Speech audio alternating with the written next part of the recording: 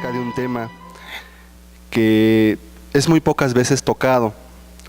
Usualmente se tiende a evitar, a evadir o incluso a pensar en él. Sin embargo, en la Biblia está claramente señalado, y me refiero al tema del infierno. Jesús habló más del infierno que del cielo, siendo que es más fácil llegar a aquel que llegar al cielo, y dio múltiples advertencias con respecto a él.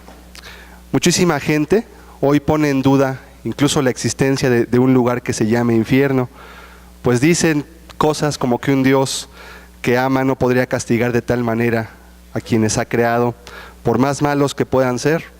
Además, es una ofensa a quienes son humanistas y quienes ven al hombre como un Dios y toleran casi cualquier cosa que el hombre haga en aras de hablar del ser humano como la mayor cosa de la creación, la mayor criatura creada. Y sí es cierto, Dios creó al hombre como la corona de su creación, pero Dios es el creador y el hombre es una creación solamente. Y quiero tocar este tema, en primer lugar porque hay muchas ideas falsas con respecto al infierno, y en segundo lugar también porque hay muchísimas ideas incorrectas con respecto a él, aún en muchísimas denominaciones modernas, conservadoras ya hoy en día. Por ejemplo, algunas estadísticas hablan, en 1990, un hombre llamado George Gallup, en una encuesta reveló que apenas algo menos que el 60% de los norteamericanos, en este caso Norteamérica, cree que existe un infierno, 6 de cada 10. Y esto dice que es un descenso del 10% desde 1978. Es decir, que conforme va avanzando el tiempo, la gente cada vez tiende a creer menos en un lugar llamado infierno, el infierno. Y dice que solamente el 4% cree que el infierno será su propio destino personal. O sea, solamente 4 de cada 100 personas, según su estadística, decían, pues yo sí creo que me voy a ir al infierno. En resumen, la gente no cree que va a ir al infierno. Será por eso que Jesús habló tanto acerca del infierno. Otra encuesta hecha a mediados de la década de los 80 a estudiantes evangélicos norteamericanos de escuelas secundarias y de seminarios teológicos reveló que solo 1 en 10 creía que el primer paso para influenciar a una persona que no conoce de Dios debería ser advertirle acerca de la condenación eterna en el infierno. O sea, la gente no cree ni siquiera que sea un tema propio para predicarle a la gente. Creen que es de mal gusto, creen que no es adecuado hablar de este tema. Un 46% de los estudiantes de seminarios creía que hacer énfasis entre los no creyentes que el juicio eterno será la consecuencia de rechazar a Cristo era de mal gusto. O sea, dicen, no, es que a la gente eso no le gusta, eso no le atrae. Es obvio, ¿verdad? Entonces, casi la mitad de los estudiantes de seminarios teológicos, o sea, los futuros pastores, los que se van a dedicar a enseñarle a la gente el evangelio y el camino hacia Dios, creen que es de mal gusto decirle a la gente que el infierno es la paga por el pecado. Otra encuesta llevada a cabo en el 81, fíjese que tiene ya más de 20 años, reveló que el 50% de la población de las facultades teológicas cree en la existencia del infierno, los demás no. 61% de los católicos y 34% de los protestantes. Solamente 3 de cada 10 personas que no son católicas creen que existe el infierno y 7 restantes no creen que haya un lugar llamado el infierno. Hay también muchos grupos que dicen tener su sustento doctrinal en la Biblia, pero no creen en el infierno. Grupos como los adventistas del séptimo día, o sabatistas, los testigos de Jehová, y cada vez más agrupaciones conservadoras que son de corte evangélico, de corte conservador, de corte denominacional. Cada vez menos gente cree en el infierno. Cada vez son más las personas que dicen ese lugar no existe, lo espiritualizan o tienden a darle un significado distinto a las palabras de Cristo con respecto a este tema. Por esa causa es que tenemos que dejar bien en claro que el infierno, número 1, es algo que es un lugar real. Número 2, es un lugar que vamos a contestar varias preguntas que quizás muchos puedan tener. Puede deducirse incluso por la razón que es lógico creer que puede haber un infierno, ahorita vamos a ver por qué. Y en tercer lugar, Jesucristo lo enseñó. Y si alguien dice que Jesucristo no dice la verdad entonces está diciendo que Jesucristo era mentiroso, que Él dijo mentiras, que Él habló de cosas que no eran ciertas y que realmente está engañando a aquellos a quienes les predicó. Vamos a orar, vamos a pedir a Dios que nos ayude hoy a entender con respecto a este tema.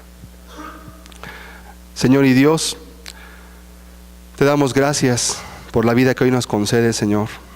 Tenemos la oportunidad de acercarnos a ti, de escuchar tu palabra. Pedimos hoy tu ayuda, Dios mío, para poder entender este tema que es difícil, que es cada vez más impopular, que cada vez en menos lugares se predica, Señor, y que al mismo tiempo cada vez menos personas creen en él. Pero tú lo hablaste y está en tu palabra, Señor. Y es nuestro deber y es nuestro compromiso contigo y con los hombres, enseñarlo a todo hombre que se acerca a buscarte. Háblanos hoy, Señor. Permítenos ser impresionados.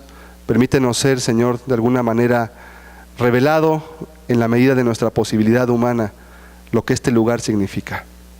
Pedimos tu ayuda en esta mañana, en el nombre de Jesús. Esta parte más que nada para justificar el por qué es lógico y es racional y es obvio además que exista un lugar llamado el infierno y el porqué del mismo. Y juntamente con ello también hablaré de lo que Cristo habló en pocas palabras, también dando algunos datos científicos, ya que conforme la ciencia va avanzando, también al mismo tiempo se van haciendo descubrimientos de cosas que Dios ya ha hablado desde hace mucho tiempo.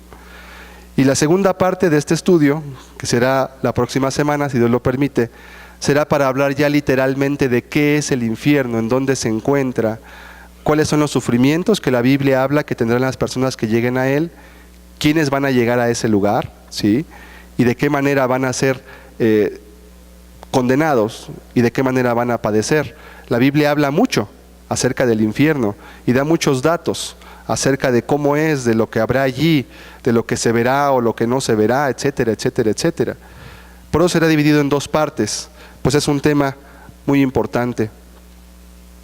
Este estudio va dirigido a aquellas personas que no consideran el infierno como la posibilidad a la cual puedan llegar un día. Como leímos en la estadística que les leí hace un momento, solamente 4% de las personas, y esto, personas norteamericanas que tienen un conocimiento supuestamente de Dios, por lo menos por tradición, como aquí hay una tradición católica, solamente 4 de cada 100 creen que van a ir al infierno. Todos los demás no creen que van a ir al infierno, ¿no creen? No, yo no, ¿por qué? Yo soy bueno, yo X, Y, Z, etcétera. En segundo lugar también, este estudio va dirigido a todas aquellas personas que han escuchado mucho acerca de la palabra de Dios, pero que ni se han arrepentido, ni le han entregado su vida a Cristo, para que puedan saber cuál es la otra opción, si es que no van a ir al cielo, si es que no van a servir a Cristo en su vida, si es que no van a guardar sus mandamientos, si es que no van a hacer su voluntad. Solamente hay 2 caminos, enseñó Cristo, un camino angosto y un camino ancho, y cada uno lleva a un final. Solamente hay 2 opciones, y si no se va por uno, se va por el otro. No hay otro camino, no hay neutros, no hay mitades, no hay grises, hay blancos o hay negros, para que tú puedas comprender cuál es el destino final del ser humano sin Dios. Algunos datos bíblicos con respecto a este tema.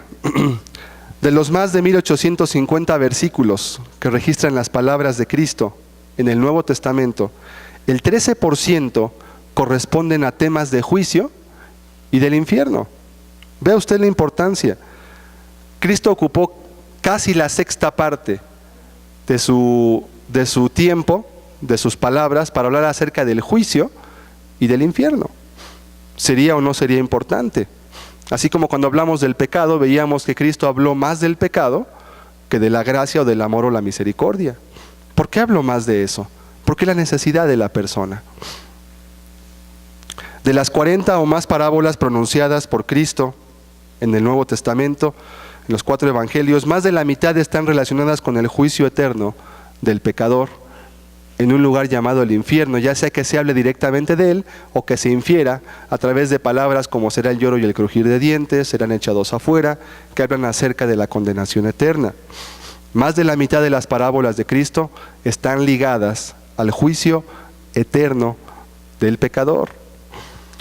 Y sorprendentemente, el Sermón del Monte, que es considerado el sermón más hermoso de la Escritura, porque algunos le han llamado que es el cristianismo resumido, contiene algunas de las palabras más directas de Jesús acerca del infierno. Vamos a ver Lucas capítulo 12, verso 4. Mas os digo, amigos míos, no temáis a los que matan el cuerpo y después nada más pueden hacer. Pero os enseñaré a quién debéis temer. Son palabras de Cristo. Temed a aquel que después de haber quitado la vida, tiene poder de echar en el infierno. Sí os digo, a este temed. Cristo está hablándole a una multitud de personas y les dice, amigos míos, como diciendo, te quiero considerar mi amigo, como diciendo, mi intención no es condenarte, mi intención no es destruir tu vida, pero te quiero advertir, porque aunque no es mi intención destruir tu vida, tú mismo puedes destruirla por las decisiones que tú tomes. Te enseñaré a quién debes temer. No temas a los que matan el cuerpo. No te preocupes tanto por lo que las personas te puedan hacer o decir por causa de lo que tú hagas. Pero te voy a enseñar a quién sí debes tenerle temor. Y la palabra temer aquí es la palabra griega phobos, de donde viene la palabra en español fobia, que quiere decir terror a algo. Como diciendo, te enseñaré a quién debes tenerle terror, a quién sí debes tenerle un terror grandísimo por lo que puede hacer. Temed a aquel que después de haber quitado la vida, solo Dios puede quitar la vida, nadie más puede quitarle la vida al hombre. Después de quitar la vida, tiene poder de echar en el infierno. Sí os digo, a este temed. ¿Qué es lo que está haciendo Cristo? Está advirtiendo que a Dios se le debe temer, no solamente en razón de las promesas que hace de juicio, sino porque las va a cumplir. Por eso dice claramente, a este temed. ¿Sí? Es muy claro que la Biblia enseña muchas veces acerca del infierno y que muestra a Dios como alguien que tiene la capacidad, el poder, la autoridad de poder mandar a una persona a ese lugar, por cuanto Él es el juez de toda la tierra. Y así como el juez aquí manda a una persona a la cárcel, y el juez no es malo, ¿verdad? El juez simplemente aplica la justicia. El juez ni conoce muchas veces a la persona que va a juzgar. Simplemente examina los datos, examina el caso, ve lo que hizo. Él conoce la ley perfectamente, bueno, se supone que la debe conocer, y en base al testimonio que él tiene de la ley, conforme a lo que hizo la persona, le da un juicio. O lo libera o lo echa en la cárcel. Dios también tiene poder de echar en el infierno. Y te dice Cristo, a Él tenle temor. Preocúpate de lo que Él diga. Preocúpate de lo que Él piense. Preocúpate de lo que Él te diga. Preocúpate de lo que su voz te hable. A Él tenle temor. La creencia común de los rabinos piadosos durante la era intertestamentaria era que el Seol, que es la palabra hebrea para infierno, estaba dividido en dos secciones. Una parte donde estaba la morada de los justos, y eso se puede ver claramente en la historia que Cristo relató del rico y Lázaro, donde el rico podía ver a Lázaro y Lázaro podía ver al rico, pero estaban separados. Y había un lugar, el primer lugar para los justos era llamado el seno de Abraham. Y también había una morada de los injustos que era llamada el Hades en el Nuevo Testamento, que también es el lugar de los muertos, un lugar, un nombre simbólico para hablar acerca del infierno, donde había sufrimiento para aquellas personas que habían rechazado el guardar las palabras de Dios. La palabra que se usa más frecuentemente en el Nuevo Testamento es la palabra Gehenna. El Gehenna es una referencia al valle de Hinnom, que se ubicaba en el lado sur de Jerusalén y que servía como basurero. En ese lugar la basura era quemada constantemente, y como Jerusalén era una ciudad grande, los fuegos en ese lugar nunca se apagaban. estaban constantemente encendidos. Entonces, cuando la Biblia habla de Gehenna en el Nuevo Testamento, se está refiriendo de manera simbólica a un lugar donde el fuego nunca se apaga, en el cual Jesús también explicó que era el infierno, y luego habló más claramente con respecto a él. Hay algunas preguntas que muchas personas hacen con respecto al infierno, por lo cual dicen no pueden creer. Por ejemplo, hay quien dice, pruébame que existe el infierno. Tú dices que hay un infierno, pruébame que existe. Yo les contesto con la misma pregunta al contrario, tú pruébame que no existe el infierno. Tú no tienes nada para probar que no existe el infierno. Y como veremos más adelante, hay muchas evidencias médicas de personas que han vuelto a la vida después de morir y que han hablado tanto de un lugar muy hermoso, que podría ser el cielo, y también de un lugar con sufrimientos horribles, que ellos han dicho que es el infierno, por lo que han visto ahí. Pruébame que existe, pruébame que no existe. ¿Cómo puedes probar tú que no existe el infierno? No puedes probarlo, porque no te puedes morir cuando tú quieras para hacer una inspección y luego regresar a la vida para decir que encontraste. No puedes. Eso lo determina Dios. Otros más dicen es que no es lógico que exista el infierno. Claro que es lógico. Más adelante vamos a contestar esta pregunta, ¿por qué es perfectamente lógico que exista un lugar llamado el infierno donde se excluya a cierto tipo de personas para que no tengan convivencia con otras? Otra pregunta más, si Dios es amor, ¿cómo puede lanzar a sus criaturas a un lugar así? El problema no está en quien manda a una persona a ese lugar, sino más bien en la persona que obra de tal manera que sus actos le conducen a ese lugar. Es muy diferente. Es parecido a los alumnos que dicen, es que el maestro me reprobó. No, el maestro nada más te calificó. Y en base a lo que tú contestaste, tú obtuviste una calificación. El maestro no te reprobó, él simplemente evaluó tu examen y de acuerdo a lo que tú contestaste, obtuviste una calificación. El maestro no reprueba, él solamente califica. Si Dios lanza al infierno a alguien, no es porque Dios lo lance, es porque los hechos de la persona ameritan que él sea llevado a ese lugar. El carácter de Dios dice que él no quiere la muerte del que muere. Ahorita vamos a ver un texto. Otra pregunta más es, ¿por qué Dios creó un lugar así? ¿No sería como crearnos nada más para destruirnos?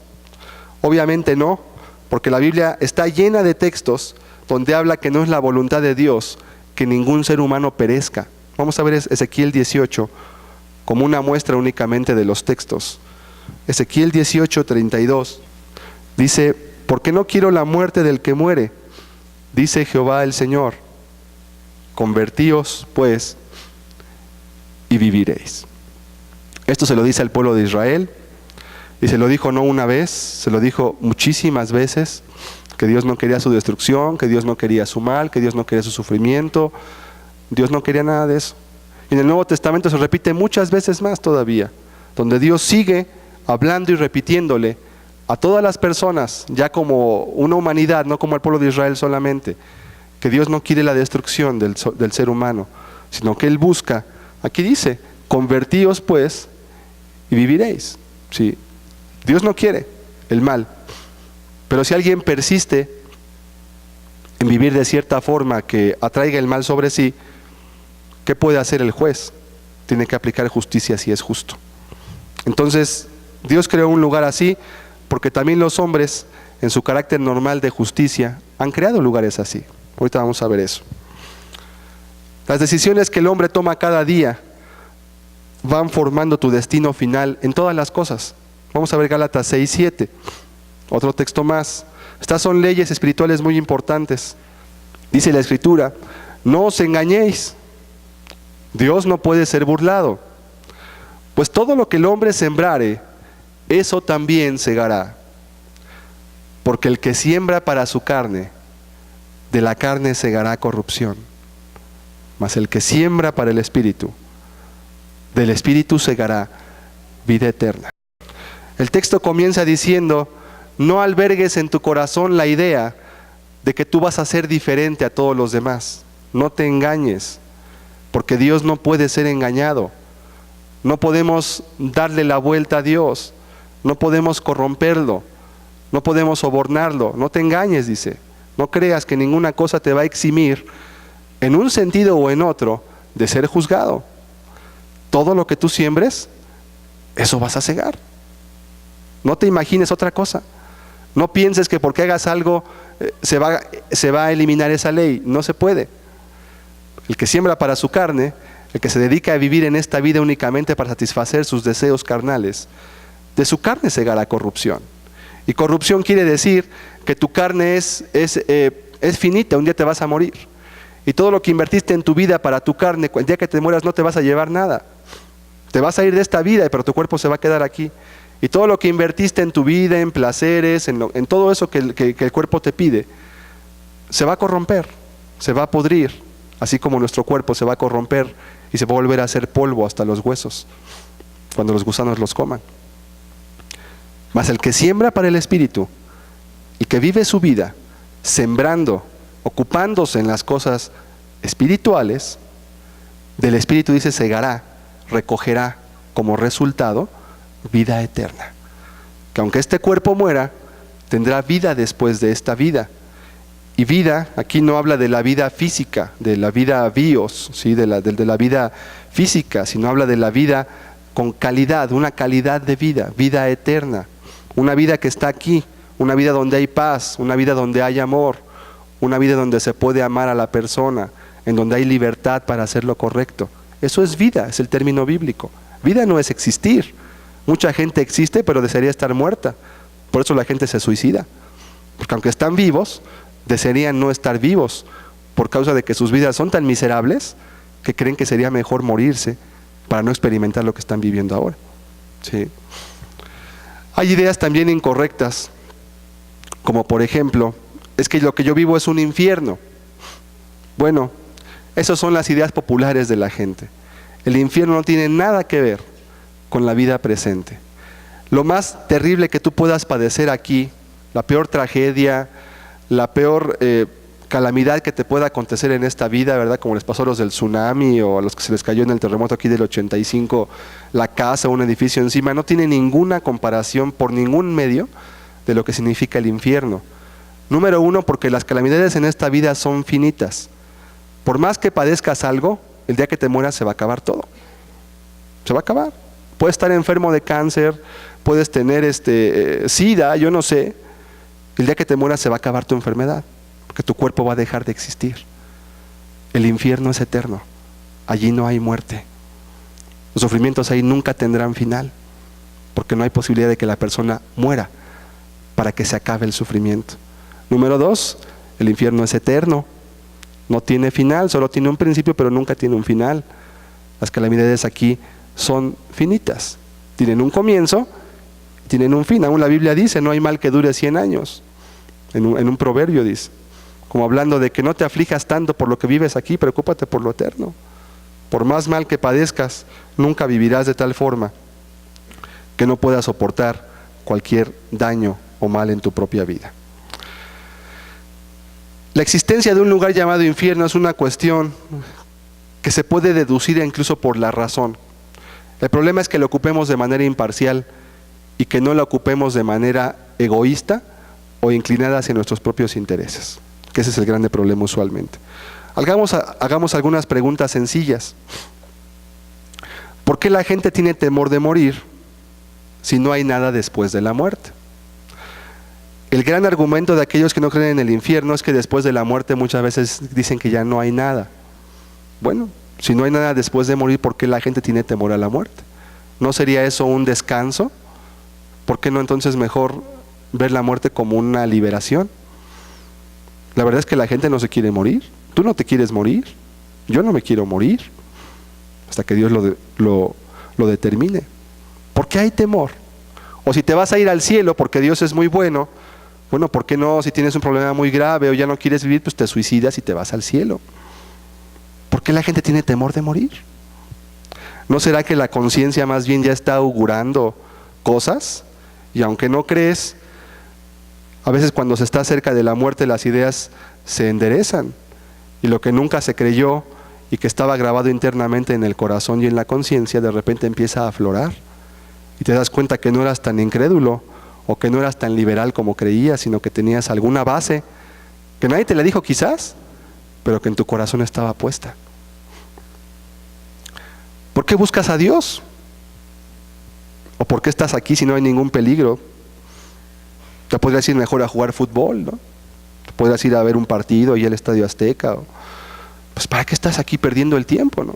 No tiene caso. Si después te vas a morir y te vas a ir al cielo, pues ¿para qué buscas a Dios? ¿Por qué la gente asiste a una congregación? ¿Y por qué más de 2,000 o 4,000 millones de personas en el mundo, 4,000 millones de personas que profesan una religión? Y son más, creo, me quedo corto en el número. Casi todo el mundo tiene una religión, la que tú quieras. ¿Por qué la gente busca acercarse a lo divino si no hay nada después de la muerte? No tendría caso, ¿verdad? ¿Por qué entonces la gente busca a Dios? ¿Por qué la gente quiere estar en paz con Dios de alguna forma? ¿No será que la conciencia humana testifica y sabe que merece castigo el que hace lo malo? Y simplemente es como darse cuenta de que las cosas tienen que seguir su curso normal, como la Biblia dice. En tercer lugar, ¿por qué le ponen descanse en paz en las tumbas a las personas? ¿No será más un anhelo que una realidad? Descanse en paz. Y toda la gente, cuando alguien se muere, dice, ya está reposando, ya está descansando en paz, ya está en la gloria, dicen. Son los anhelos de las personas. Nunca nadie dice, ¿verdad? Ya está en el infierno quemándose. Nadie dice eso, porque lo creen de mal gusto. ¿Por qué? ¿Por qué lo dicen? El ser humano en su conciencia, la cual no puede ser engañada, inmediatamente tiende a volver las cosas para no sentirse mal. Descanse en paz. Descanse en paz. Descansar en paz. Apenas hace un par de días murió el esposo de una mujer que se dedicaba a la hechicería. ¿Descansará en paz ese hombre ahora que se ha muerto? Pero es que era hechicero. Pues para Dios es igual el hechicero que el mentiroso. Para Dios es igual, va al mismo lugar el mentiroso que el que roba, que el que hace fraude, que el que guarda rencor, que el que está amargado, que el que ama este mundo. Es lo mismo. Descanse en paz. La conciencia humana se rebela en contra de lo que la naturaleza le indica. ¿Por qué la gente duda cuando está cerca de la muerte? Porque casi toda la gente, casi toda, cuando van a morir llaman al cura o al ministro religioso para que les ayude en el momento de la muerte, si la muerte va a ser el final de todo. ¿Por qué la gente quiere una certeza o quiere agarrarse de algo cuando se va a morir? Si no hay nada después de la muerte, o si se van a ir al cielo, entonces ¿para qué se preocupan de no irse a otro lugar? Si no se van a ir a otro lugar. ¿Por qué? ¿De dónde viene esa inseguridad? ¿De dónde surge? ¿Quién se las dijo? ¿Quién les testificó de ello? Nadie, absolutamente nadie. En quinto lugar también está el sentido natural de justicia en el hombre. Todos sabemos que el mal merece castigo. Pues si tú fueras asaltado por un ladrón y llegasen a atrapar al ladrón, lo cual ocurre muy pocas veces en México, pero pon tú que lo atraparon al ladrón. ¿Tú qué pedirías para él? ¿Que lo castigaran o que lo dejaran libre y que siguiera robando a la gente? Tu lógica te dice tiene que ser castigado. Es tu lógica como ser humano. No importa si eres o no eres cristiano, si conoces la Biblia o no. Ese es un sentido natural de justicia humana. Tú sabes que el mal merece castigo. Nada más que el hombre, cuando no tiene su mente y su corazón vueltos a Dios, aplica su sentido de justicia para los demás y no lo aplica primero a sí mismo. Es decir, sí merece ser castigado el ladrón que me robó a mí, pero yo que me cuelgo de la luz o yo que le robo en la báscula a no sé quién, yo no merezco castigo. Tú eres igual ladrón también, nada más que tuerces el sentido natural de justicia para no aplicártelo a ti, sino para aplicárselo a los demás nada más. Pero tu sentido te dice que tiene que merecer castigo. Si un secuestrador matase a una familia, ¿lo dejarías libre porque eres bueno? ¿O el juez lo podría dejar libre porque es muy misericordioso? ¿Tú lo verías correcto que un juez dijera, es que yo soy muy misericordioso porque yo conozco a Dios? Pues como yo soy misericordioso, aunque este hombre mató a una familia porque la secuestró y pedía un rescate y no le quisieron dar el rescate y luego mató a toda la familia, lo vamos a dejar libre porque somos muy buenos nosotros. ¿Tú lo verías correcto? ¿Sería la manera correcta de proceder en la sociedad? ¿Tú qué pedirías para una persona que hiciera eso? Cualquiera diría que lo metan a la cárcel de por vida y algunos dirían que le den pena de muerte. ¿Por qué tú pides eso entonces? Eso es un anhelo de tu conciencia. ¿O no anhelas justicia? ¿Te gusta salir a tu ciudad aquí en México y no saber si vas a regresar al otro día? En ese día más bien, cuando vas a trabajar o cuando sales de noche. ¿Te gusta vivir inseguro? ¿Te gusta vivir con gente que sabes que te puede dañar? ¿Verdad que no? Tu sentido natural de justicia te hace clamar por juicio. Tú mismo lo pides. ¿Tú mismo lo pides o no lo pides? Claro que sí lo pides, porque eso está en tu conciencia. Dios creó tu conciencia y creó tu corazón. Además, ¿por qué hay cárceles? ¿Por qué los hombres pecadores crean lugares de reclusión para que algunos tipos de personas sean excluidos de la sociedad para que no lastimen a otros? ¿Por qué lo hacen? ¿Por qué lo hacen? ¿No será esto un indicio de que el hombre mismo razona que hay personas que deben ser excluidas a veces para siempre? Es un mensaje que te grita, el que la hace la tiene que pagar. Ahora, aquí en México la justicia no se aplica realmente. El 5% de los delincuentes en México, o menos creo, son castigados cuando cometen un delito. 5 de cada 100, solamente. Pero Dios iba a hacer juicio correcto. Además, cuando la justicia juzga a un delincuente, lo juzga por el delito en el cual se le sorprendió, pero no por aquellos que ya cometió antes. Se le da una pena conforme a lo que hizo en esa ocasión, pero no por todas las veces que ya delinquió antes. Cuando Dios juzgue al ser humano, lo va a juzgar por todo lo que ha hecho, desde que tuvo la facultad de decidir entre lo bueno y lo malo, si no se arrepintió y se volvió a Cristo. El juicio va creciendo obviamente, ¿verdad? No es igual que a una persona la juzguen porque se robó, no sé, una lata de comida en un supermercado, a que la juzguen porque estuvo robando durante 15 años latas de comida, ¿verdad? No es lo mismo. Aumenta el juicio mientras el delito sea mayor, más grave o sea continuo también. Las cárceles son un testimonio interno de que nosotros creemos que es necesario que haya lugares donde a la gente se le excluya. ¿A quiénes se les excluye de la sociedad? ¿La gente que hace daño? ¿La gente que destruye a su prójimo? La gente que no guarda las leyes de la sociedad. Tienen que ser excluidos porque son un peligro para la sociedad. Y si los hombres hacen eso y no conocen a Dios, ¿cómo crees tú que va a actuar Dios cuando nos juzgue? ¿Tú crees que Él no va a tener una cárcel para todos aquellos que no quieran guardar la paz? ¿Para todos aquellos que se dediquen a vivir para sí mismos, pasando por encima de los demás? ¿Que destruyan a su prójimo con sus malos actos? ¿El juez de la tierra no hará lo que es justo?, preguntaba Abraham. No, ¿verdad? Por supuesto. Eso es un testimonio claro de por qué es lógico pensar en un lugar llamado en el infierno. Tiene que haber un lugar de exclusión, por supuesto. Además también la Biblia habla de que en aquel día, por ejemplo, separará unos a la izquierda y otros a la derecha. Eso es normal, ¿verdad? Es normal. Cuando a un reo lo van a juzgar, antes de que sea condenado, lo meten a un lugar que se llama un separo. Mientras no se comprueba su culpabilidad y se le da una sentencia, se le pone en un lugar llamado separo. Qué raro nombre, ¿verdad? Separo. ¿Qué quiere decir? Un lugar donde está separado de los delincuentes. Una vez que es determinado que es culpable por el juez, se le mete dentro de la cárcel o reclusorio, junto con aquellos que son de la misma condición moral que él es. ¿Estás en desacuerdo que existan cárceles? Bueno, porque si Dios es misericordioso Y si el hombre también es misericordioso, entonces, porque se conoce a Dios, entonces que no haya cárceles, que dejen a todos los delincuentes sueltos, porque somos buenos, porque somos misericordiosos. ¿Verdad que no? Dices, no, al contrario, debería haber más cárceles para que me tiren a más gente.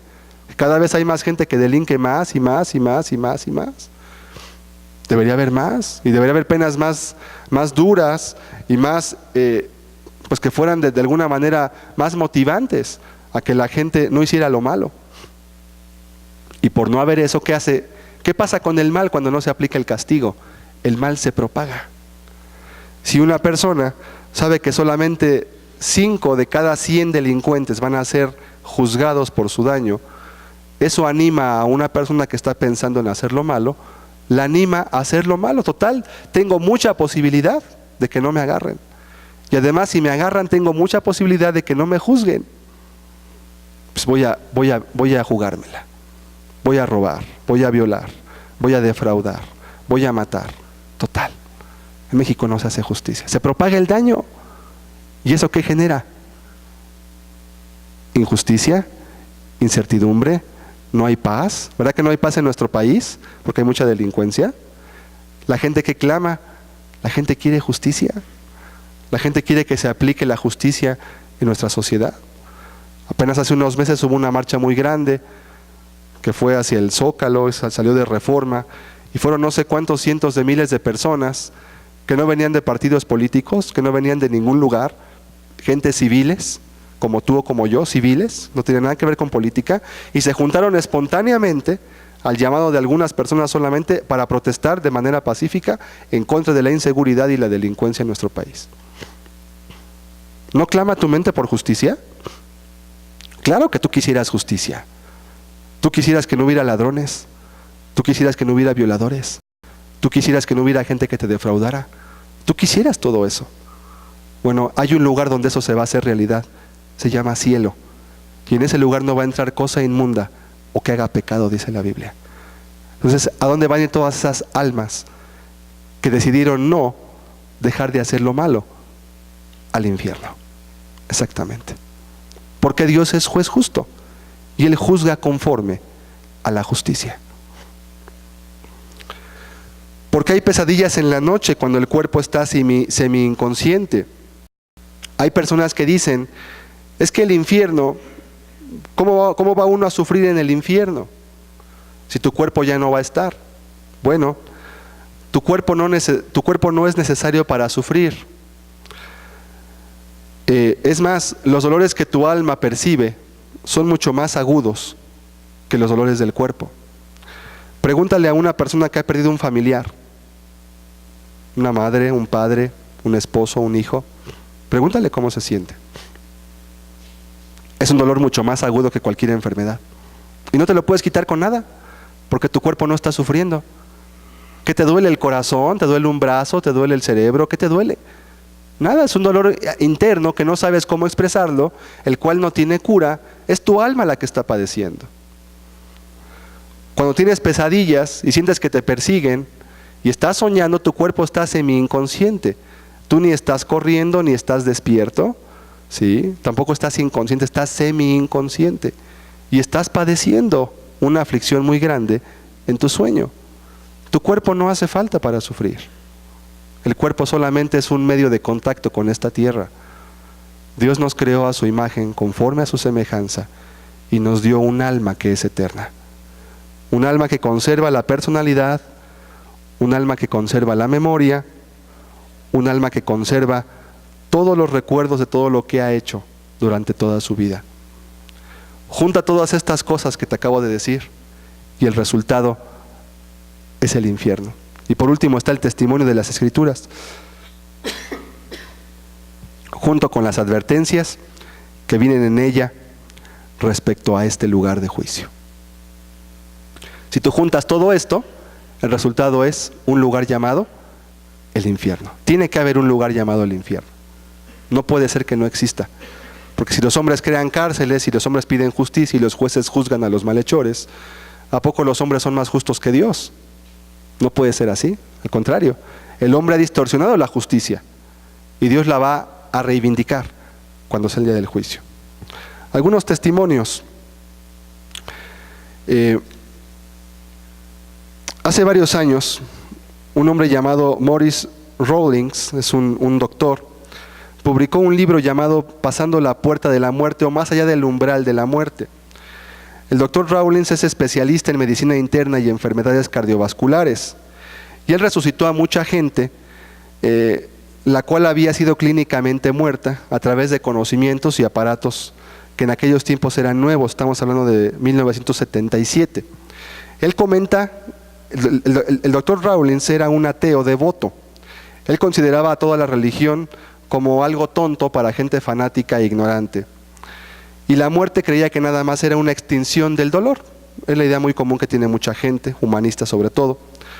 Pero algo sucedió en el año de 1977 que trajo un cambio dramático en la vida del doctor Rawlings. Él estaba resucitando a un hombre. Hay un libro de eso, usted lo puede leer si usted gusta. Y él todavía vive además. Él estaba resucitando a un hombre aterrorizado y gritando, que decía él estaba descendiendo hacia las llamas del infierno. Dice él: cada vez que generaba las palpitaciones y respiración, el paciente gritaba: estoy en el infierno. Él estaba aterrorizado y suplicaba mi ayuda. Tenía miedo de morirse completamente. Luego noté una alarmante y genuina expresión en su cara. Tenía una terrible apariencia, peor que la expresión vista en una persona muerta. Este paciente tenía una mueca grotesca, expresando completo horror. Sus pupilas estaban dilatadas, estaba transpirando, estaba sudando y estaba temblando. Pareciera como si su vida hubiera llegado al fin. Entonces otra cosa extraña sucedió. Él dijo: ¿no entiende? Estoy en el infierno, no me deje regresar al infierno. El hombre hablaba con seriedad y finalmente me di cuenta que él estaba ciertamente en problemas. Tenía un pánico como yo nunca he visto antes.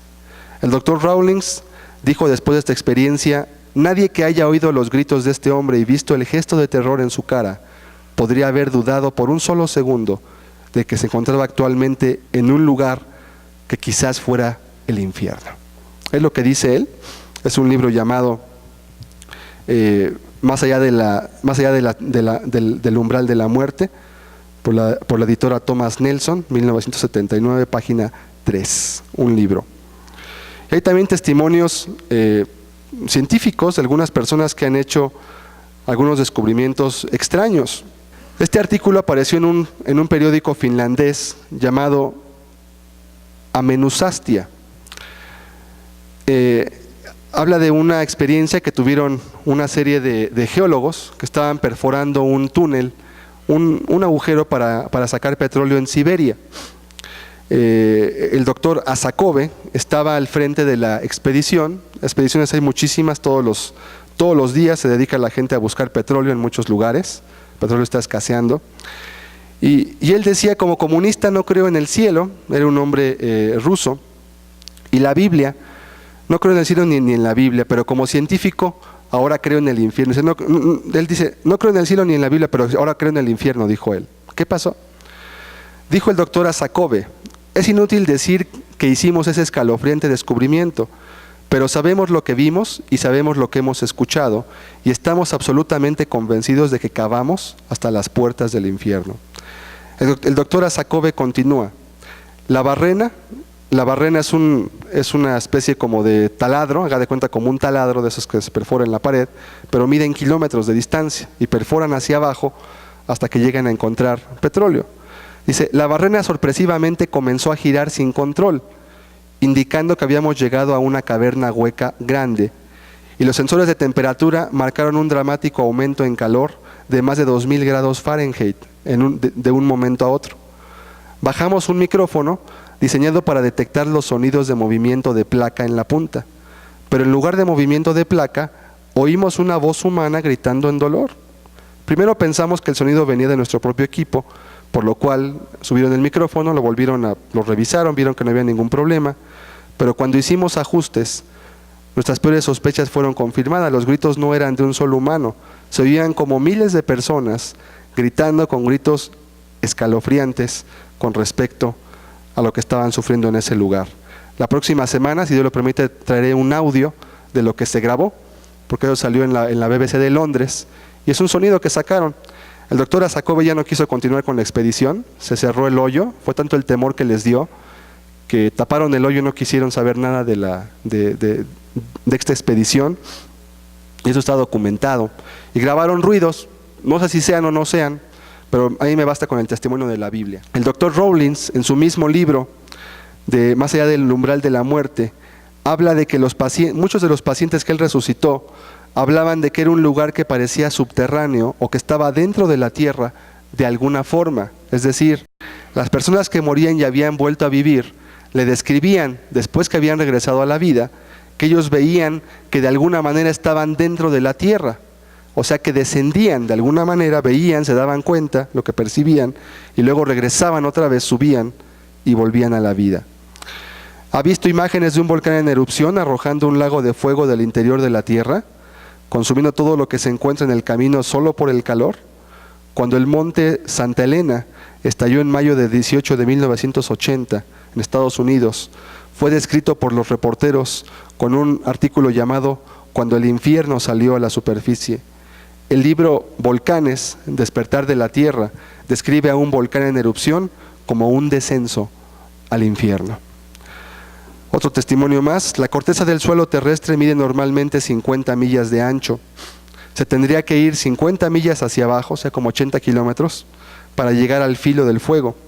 Pero en partes del suelo oceánico, la corteza terrestre mide poco menos de kilómetro y medio de distancia hacia lo que es el centro de la Tierra. Los científicos recientemente han descubierto grietas en el suelo oceánico donde el fuego ha salido fuera. De ahí luego surgen volcanes que están pegados al fondo del mar. Surge la lava y se crean montes. Dice que en esas grietas el fuego ha salido fuera, la lava. ¿Sabe usted lo que encontraron alrededor de esas respiraciones de fuego en las grietas?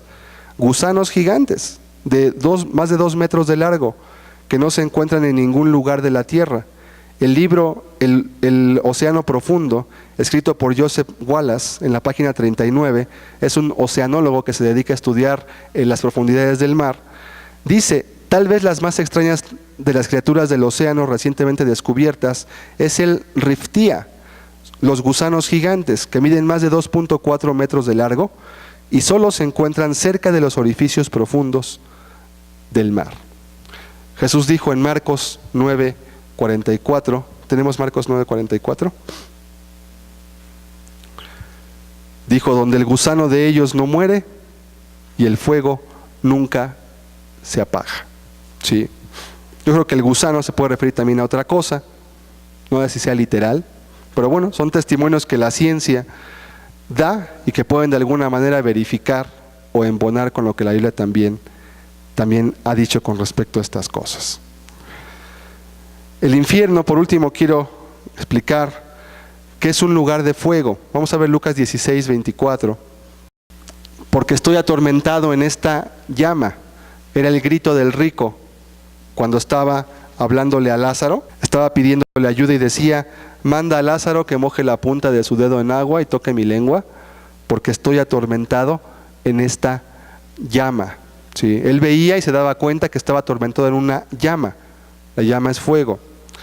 Mateo 13:42 dice claramente el texto: y los echarán en el horno de fuego. Allí será el lloro y el crujir de dientes. Jesús lo dijo claramente con todas sus palabras: los echarán en el horno de fuego. Allí será el lloro y el crujir de dientes. Y no es algo que sea espiritualizado, es algo literal que Jesús está hablando. Mateo 25:41. En el juicio de las naciones, Jesús les dice a unos: apartaos de mí, malditos, al fuego eterno. ¿Sí? Fuego, y añade eterno, no tendrá fin. Apocalipsis 20:15. Y el que no se halló inscrito en el libro de la vida fue lanzado al lago de fuego. Son alusiones claras, y hay muchos más textos todavía. Solamente saco estos 4 como una alusión para que entendamos que el infierno es un lugar en el cual Dios realmente está hablando que va a existir, que existe ya de hecho, ¿sí? Y que es un lugar real de fuego, y que muchas personas además lo han de alguna manera ratificado con sus propios testimonios. Para terminar el día de hoy, quiero solamente ver un texto más en el cual veremos cómo el infierno será un medio de gracia para extirpar para siempre el pecado y por completo. Isaías 66, 23. Dice la Escritura: y de mes en mes y de día de reposo en día de reposo vendrán todos a adorar delante de mí, dijo Jehová, y saldrán y verán los cadáveres de los hombres que se rebelaron contra mí, porque su gusano nunca morirá, ni su fuego se apagará, y serán abominables a todo hombre. Isaías 66 habla acerca del cielo y dice que va a haber dos formas en las cuales en el cielo nunca más va a volver a haber pecado. La primera es, dice el verso 23, que de mes en mes y de día de reposo en día de reposo vendrán todos a adorar delante de mí, dijo Jehová. Los que fueron redimidos vendrán a adorar delante de Dios constantemente, constantemente. Eso va a ser lo primero. Y lo segundo, dice que saldrán. ¿A dónde? No lo sé. Solamente dice y saldrán y verán los cadáveres de los hombres que se rebelaron contra mí. Aquellos que no, aquellos que fueron condenados. ¿Y qué verán? Dice, porque su gusano nunca morirá, ni su fuego se apagará. Verán a lo lejos, no sé cómo, no tengo idea, verán de un lado a otro, no sé, pero verán, dice otro texto más en Isaías, verán cómo sube el fuego como el humo de un horno. ¿Has visto cuando hay alguna fábrica ladrillera? Hay por acá en Iztapaluca, hay algunas, rumbo a San Vicente, Chicoloapan. Hay ladrilleras y se ve cómo sube el humo desde muy lejos, porque hay una temperatura muy grande en esos hornos y el humo que despiden es muy denso. Bueno, dice que estos hombres van a ver los cadáveres de esos hombres, que es una alusión a gente muerta espiritualmente, ¿sí?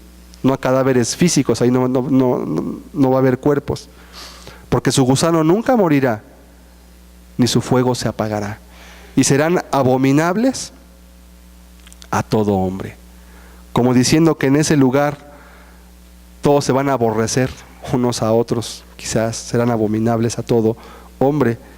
Y cuando estos vean cada día de reposo, de mes en mes, el juicio de aquellos que no se sujetaron a la ley de Dios, y vean el fuego y el humo constantemente emergiendo, van a ver Dios es justo. Él hizo lo que dijo que había de hacer. Cumplió su palabra. Cumplió cabalmente lo que tenía que hacer. Y será una causa de temor para el ser humano. Por eso dice en Eclesiastés que por cuanto no se ejecuta justicia, inmediatamente el corazón de los hijos de los hombres está en ellos dispuesto para hacer el mal. Cuando no se ve que se aplica justicia, el corazón del hombre se anima a hacer lo malo. Pero cuando el hombre ve que se aplica justicia, el ser humano tiene temor de hacer lo malo y se detiene de hacer lo malo por el temor del juicio que sabe que va a venir. Estas dos cosas extirparán para siempre el pecado y por completo de cualquier lugar.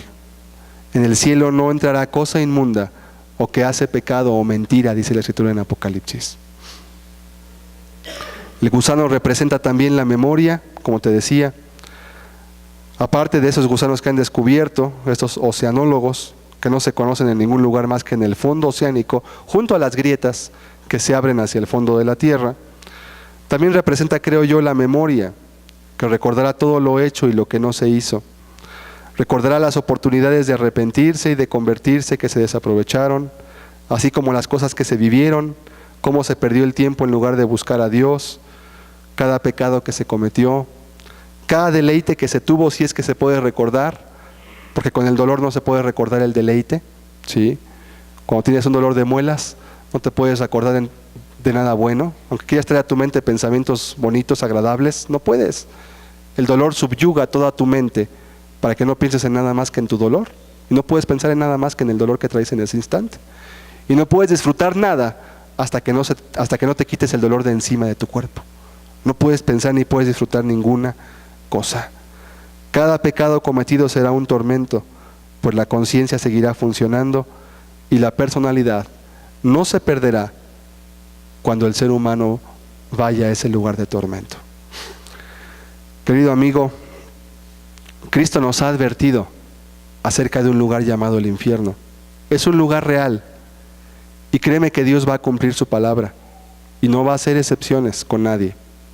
Si Él dijo que todo ser humano que no se arrepiente y cree en Él va a ir a ese lugar, va a ir a ese lugar.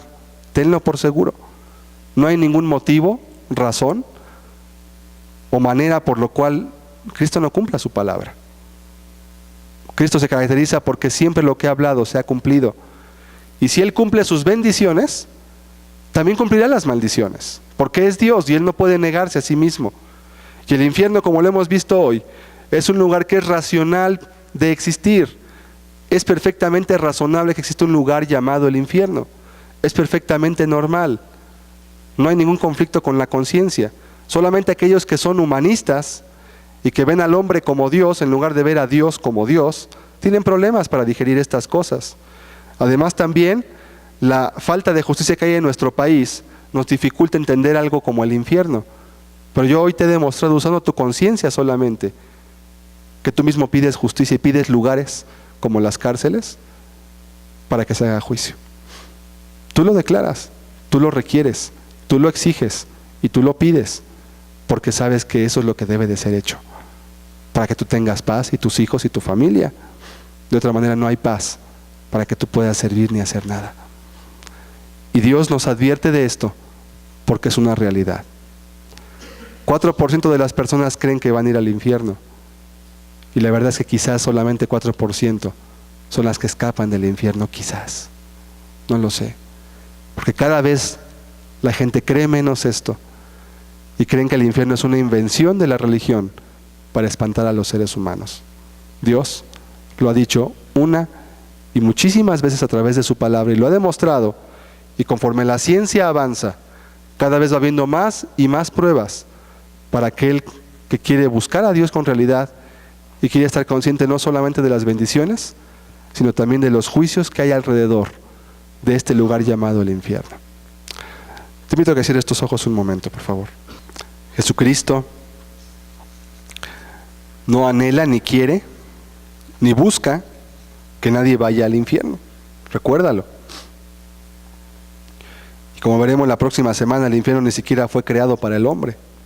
Fue creado para Satanás y para sus ángeles. Explicaremos todo eso. Y Dios ni quiere, ni busca, te lo repito, y recuérdalo. Ni quiere, ni busca, ni anhela que tú vayas un día a ese lugar. Él no quiere, pero Él no puede evitar aplicar justicia cuando una persona, conforme a sus actos, debe de ser juzgada. Y no que Dios es misericordioso, sí es misericordioso, pero también Dios es un juez, y la misericordia de Dios se ha expresado en que Él nos ha dado su palabra, nos ha dado leyes para vivir, y también ha mandado a su Hijo Jesucristo. En eso se muestra la misericordia de Dios. Y aunque Dios es bueno, también Dios es un juez, recuérdalo. Él va a juzgar a todos los hombres. Y los jueces deben de juzgar conforme a la ley. No pueden hacerlo de otra manera.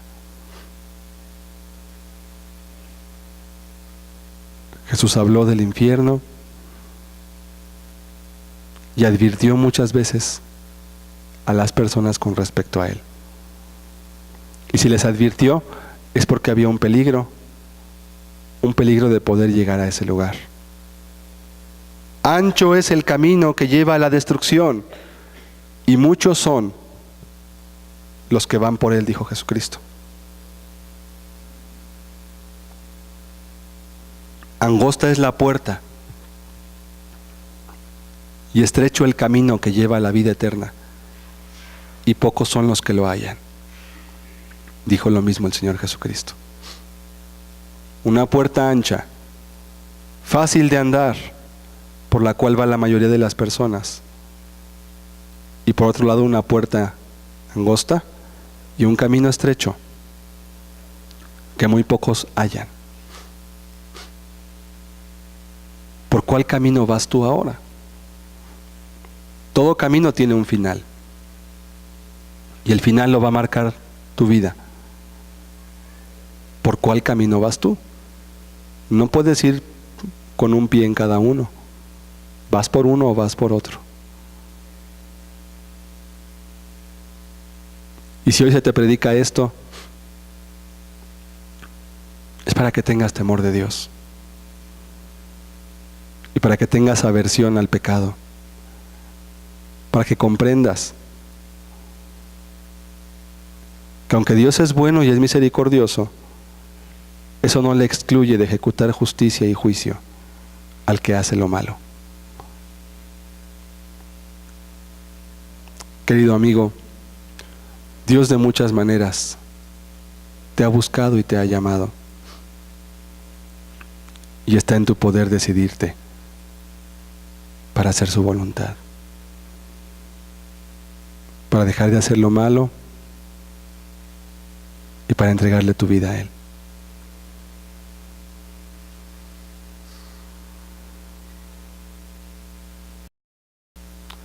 Jesucristo, el Hijo de Dios, tiene el poder de echar en el infierno y también tiene el poder de dar vida eterna. En Él está todo ello. Pero Él no puede violentar las leyes y mucho menos puede pasar por alto lo que está escrito. Entonces dejaría de ser justo y dejaría de ser Dios. Y ya no podría ser creído por cuanto no obra conforme a la justicia.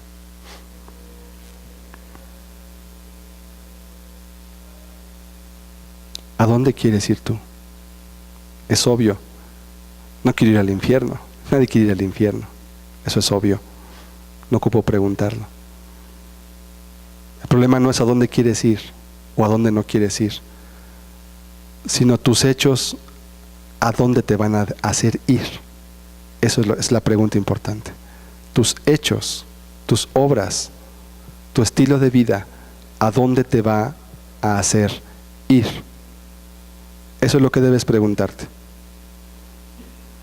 Nadie quiere lo malo, ni Dios quiere lo malo. Recuérdalo. El pueblo de Israel muchas veces se apartó de Dios. Cuando se arrepentía y se volvía, muchas veces Dios tenía misericordia de él y los bendecía. Dios no quería su destrucción. Pero si un juez no aplica justicia, pierde su credibilidad y además, al mismo tiempo, pierde credibilidad de parte de los de afuera. Y hay muchos testigos, ángeles, principados, potestades, que están vigilando que Dios cumpla su palabra tal cual Él la dijo en la Biblia. ¿A qué lugar te diriges? ¿Sabes a dónde vas? ¿Sabes a dónde te diriges? O quizás hay una incertidumbre muy grande en tu vida y no sabes ni de dónde vienes ni a dónde vas. Es lo peor que puede pasarte, que te equivoques en los asuntos eternos de tu vida. Si te equivocas en tu matrimonio, en tu carrera, ya es muy grave de por sí, pero tiene remedio. Si te equivocas en las cuestiones eternas, ahí no hay vuelta de hoja. Si te equivocaste para siempre. Por eso Dios nos da tantos medios para que nadie diga es que yo no pude saber, es que me equivoqué, es que no supe. Eso no existe. Dios nos da todos los medios posibles para que podamos acercarnos a Él.